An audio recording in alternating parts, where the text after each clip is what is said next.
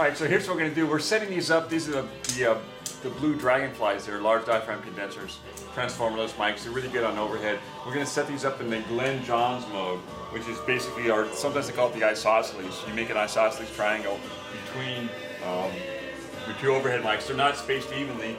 You measure from the center of the snare. There we are at 36. In the center of the snare of this one, and there we are at 36 inches. So they're both the same distance from the snare, so the snare is completely in phase. That's the important part of the drum set, of course. You know, the part for the timing. And the snare is completely in phase on these two mics. This one will pick up the snare, of course, the high toms and the hi-hat and the crash. This one over here will pick up the ride and the open hats and the floor tom real well. And then we'll pan this one up here, and even though it's in the center, we'll pan this one hard left, we'll pan this one hard right.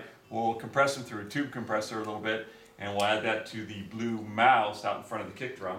And then we will get our 3 microphone Glyn Johns isosceles miking setup going.